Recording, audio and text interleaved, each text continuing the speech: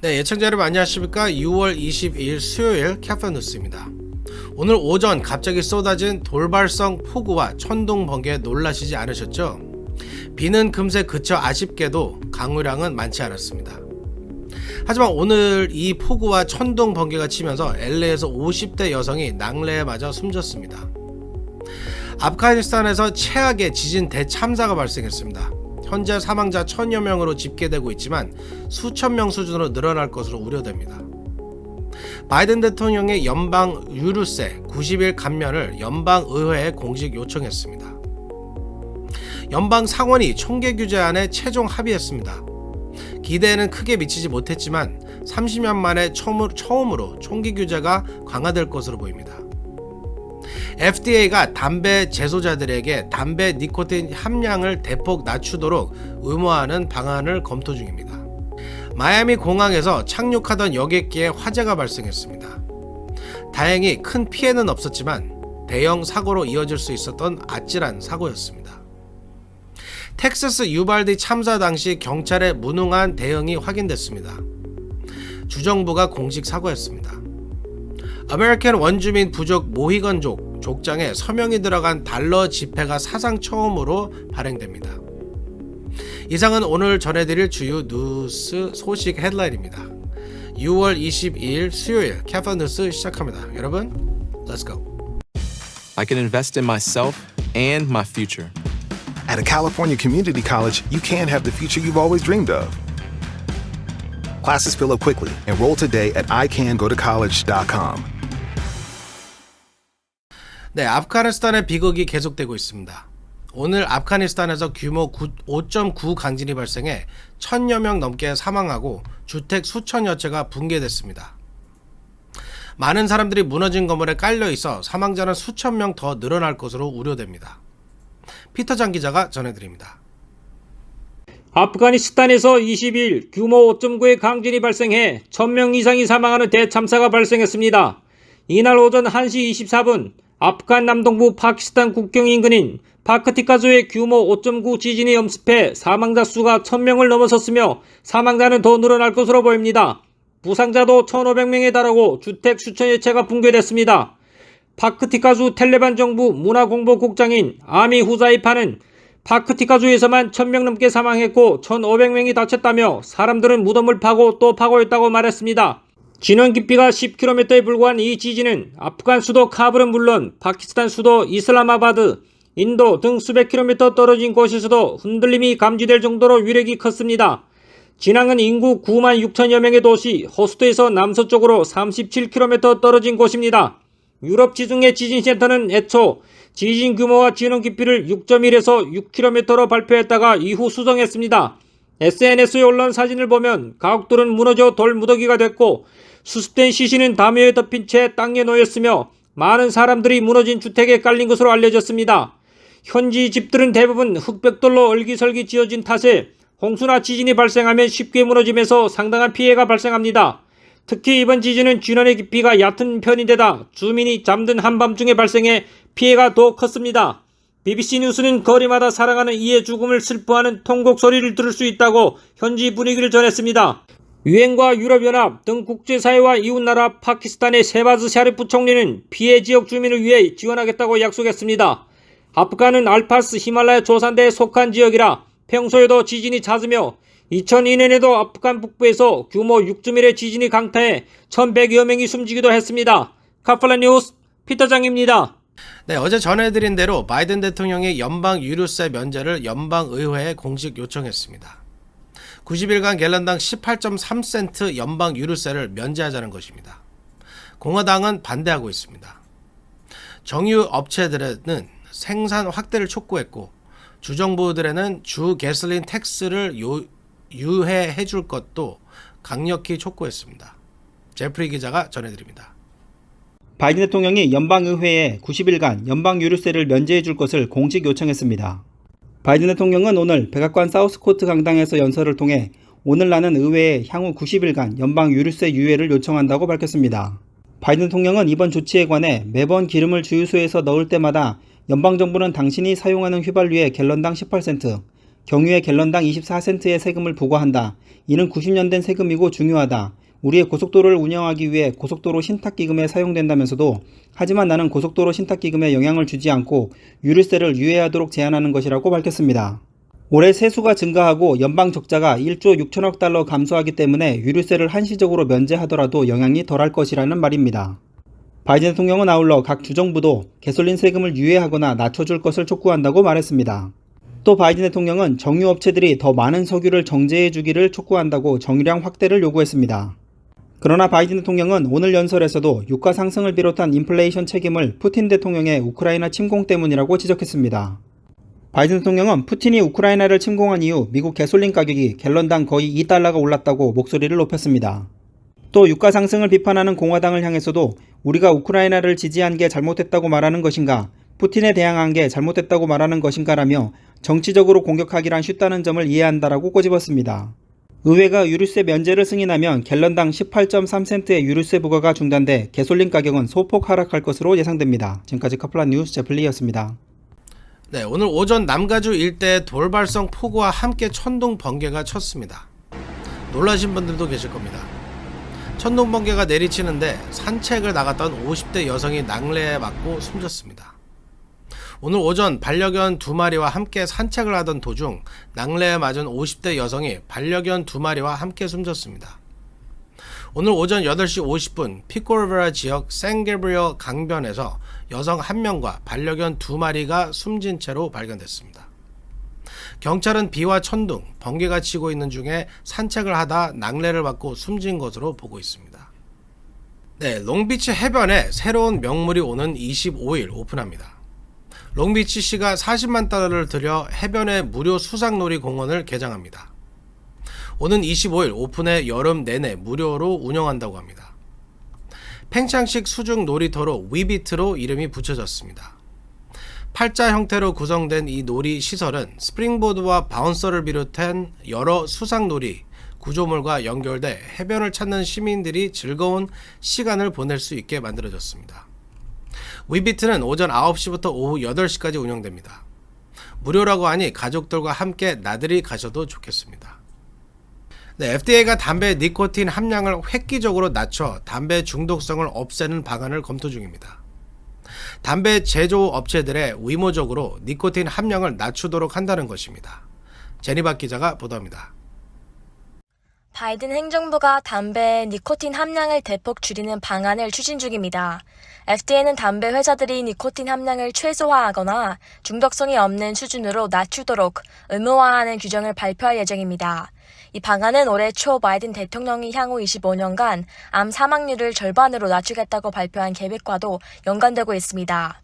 미국에서 매년 약 48만 명의 흡연과 관련된 질환으로 사망하는 데 예방 가능한 사망 원인 중 1위가 담배와 관련되어 있는 분석도 있습니다. FDA는 그동안 니코틴 감축을 지지했지만 과거 오바마 행정부 등의 지원을 얻지 못했습니다. 트럼프 행정부 때도 고틀립 당시 FDA 국장이 니코틴 감축을 추진했지만 백악관의 전폭적 지지를 받지 못했습니다. 급연 단체들은 FDA의 조처가 현실화하면 암 발생률을 낮추고 수백만 명의 생명을 구할 것이라고 환영하고 있습니다. 하지만 반대론자들은 FDA의 제안대로라면 미국에서 유통되는 대부분 담배의 판매가 금지될 것이라면서 행정부가 니코틴 감축보다는 전자담배처럼 좀 더 안전한 대체제를 촉진하는 방향으로 가야 한다고 주장하고 있습니다. 2009년 가족 흡연 예방 및 담배 통제법은 FDA가 니코틴 중독성이 없는 수준으로 낮추도록 할 권한을 부여했지만 담배 판매 자체를 금지하거나 니코틴을 제로로 만들지는 못하고 있습니다. 카플 뉴스 제니박이었습니다.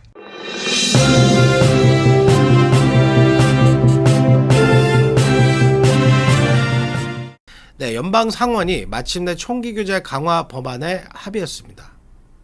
이번 주에 상원을 통과할 것으로 보입니다. 기대했던 수준에는 크게 미치지 못하지만 30여 년 만에 처음으로 총기 규제 법안이 제정되는 것입니다. 제프리 기자가 보도합니다. It won't end gun violence, but it will help to reduce the number of shootings and killings, which number about 100 Americans each day. 연방상원이 총기 규제를 강화하는 포괄적 법안에 마침내 합의했습니다. 아이들을 보호하는 법 Protecting Our Kids Act로 이름 붙여진 이 법안이 제정되면 30여 년 만에 처음으로 연방 차원의 총기 규제안이 마련되는 것입니다. 크리스 머피 등 민주당 상원의원 10명과 존 코닌 등 공화당 상원의원 10명으로 구성된 상원협상단은 최종 합의에 도달한 뒤 발표한 성명에서 이 법안은 생명을 구할 것이며 법을 준수하는 수정헌법 2조의 권리를 침해하지 않을 것이라고 밝혔습니다. 민주공화 양당은 당초 지난 12일 총기 안전조치를 위한 9가지 초당적 규제 조치에 합의했지만 이른바 남자친구 루프홀 문제의 이견으로 협상에 난항을 겪었습니다. 현행법은 가정폭력으로 유죄 판결을 받거나 가정폭력 금지명령 대상자는 총기를 살 수 없도록 정하고 있습니다. 하지만 이는 기혼자나 동거인, 자녀가 있는 경우 등에만 적용되고 있습니다. 상원은 총기 규제 대상을 남자친구를 포함한 가까운 파트너, 인티메이 파트너로 확대하는 내용을 담았는데 이를 두고 민주당 공화당 의원 간 이견을 보인 것입니다. 결과적으로 상원협상단은 총기 규제 대상에 데이트 상대를 포함시키기로 합의했습니다. 대신 총기 접근이 제한되는 사람이 5년간 다른 폭력범죄로 유죄 판결을 받지 않으면 총기 권리를 회복할 수 있도록 하는 조항도 신설했습니다. 합의안에는 레드 플래그 법을 시행하는 주에 인센티브를 지원하는 방안도 포함됐습니다. 레드 플래그 법은 위험인물로 지목된 사람의 총기를 몰수하도록 법원에 청원할 수 있도록 하게 하는 내용이 골자입니다.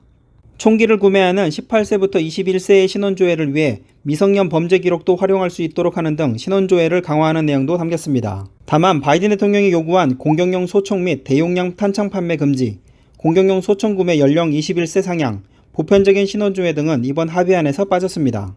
상원은 이번 주에 이 법안을 통과시킬 예정입니다. 지금까지 카플라 뉴스 제플리였습니다. 네, 마이애미 공항에서 승객 126명을 태운 여객기에 어제 화재가 발생했습니다. 큰 인명피해가 날 수도 있는 사고였지만 다행히 3명이 다치는데 그쳤습니다. 사고 당시 현장 모습과 함께 사고 내용 자세히 전해드립니다. 피터장 기자입니다.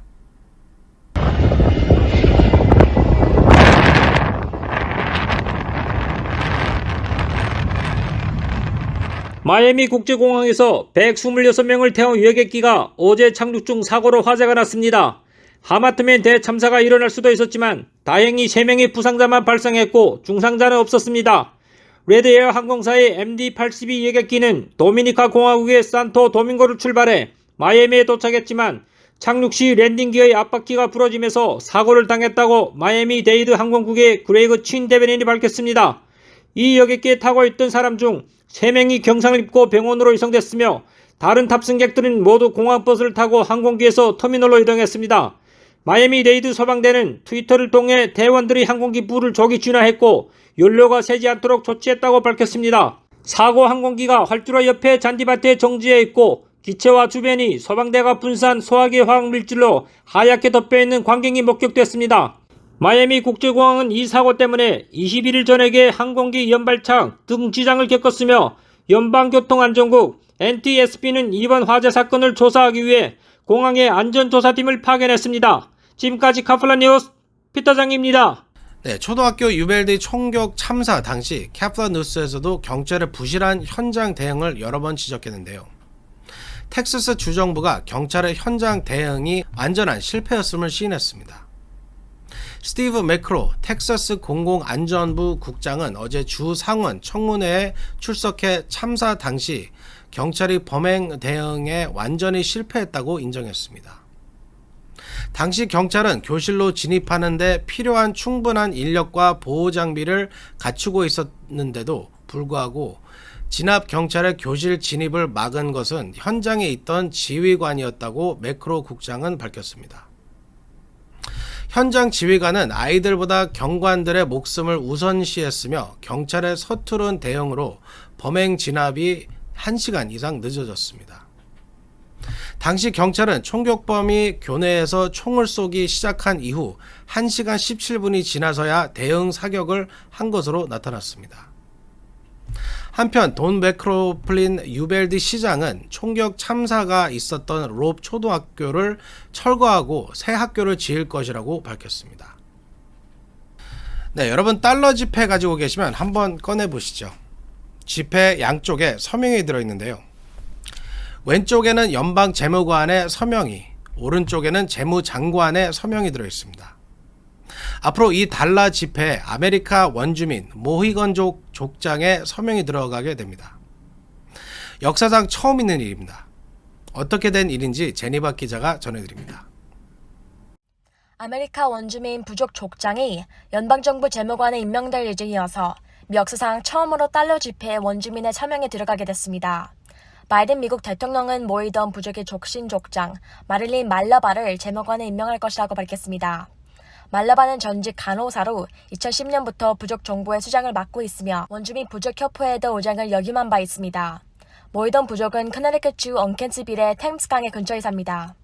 재무관의 지폐를 발행하는 연방 인쇄국과 동전을 생산하는 주조국 2,700억 달러 상당의 금 보관 업무를 관장하며 재무관의 서명은 재무장관의 서명과 함께 달러와 지폐에도 표시됩니다.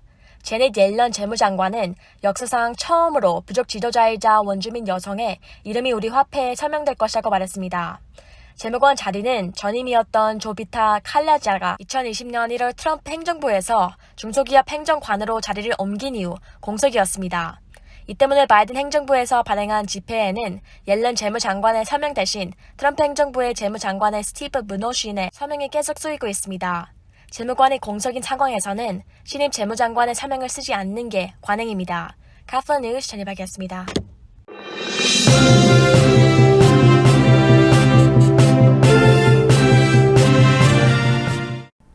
네, 오늘 준비한 소식은 여기까지입니다.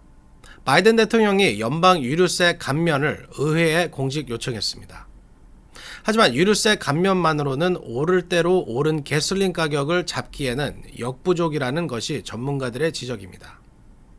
가솔린 값을 끌어내리고 인플레를 잡기 위해서는 보다 획기적인 특단의 대책이 필요할 때입니다. 6월 22일 캐퍼뉴스 마치겠습니다. 감사합니다.